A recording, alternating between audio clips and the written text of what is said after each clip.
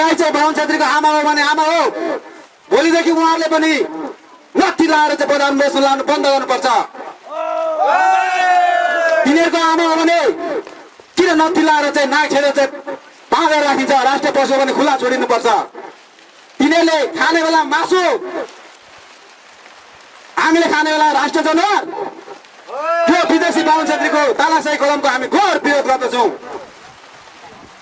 राष्ट्रिय पशु गाई होइन, हामी कस्टडी मृग हुनुपर्छ, जो लोपोन्मुख अवस्थामा पुगिसकेको छ भनेर हामी दिनानुदिन आग्रह गरिरहेका छौँ।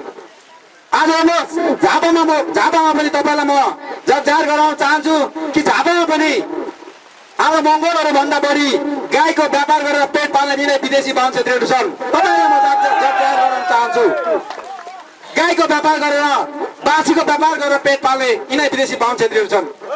त्यतिखेर तिनीहरूको आमा भएन, अहिले हामीले खाने बेलामा चाहिँ उनीहरूको आमा हो भने घरमा कोठामा लगेर चाहिँ राख्नुपर्छ, गोठमा पार्ने होइन।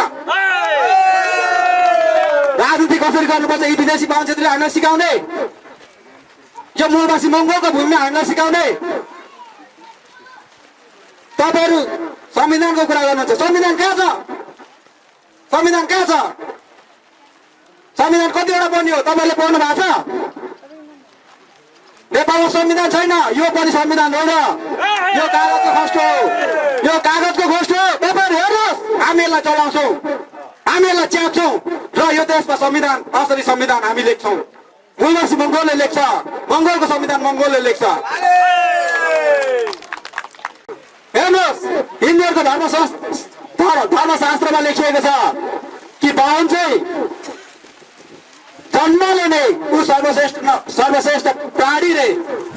लेखिएको छ कि बाहुन चाहिँ ब्रह्माको मुखबाट जन्मेको रे, त्यस कारणले ऊ सर्वश्रेष्ठ छ रे। तर शास्त्रमा यो लेखिएको छैन कि ब्रह्माको मुखमा सम्भोग कसले गर्यो, यो कुरा आजसम्म लेखिएको छैन।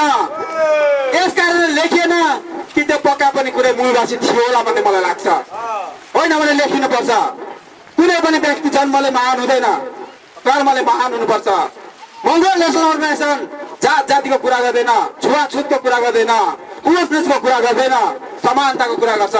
मङ्गोल समानतामा आधारित लडाइँ लिएर अगाडि बढिरहेको छ।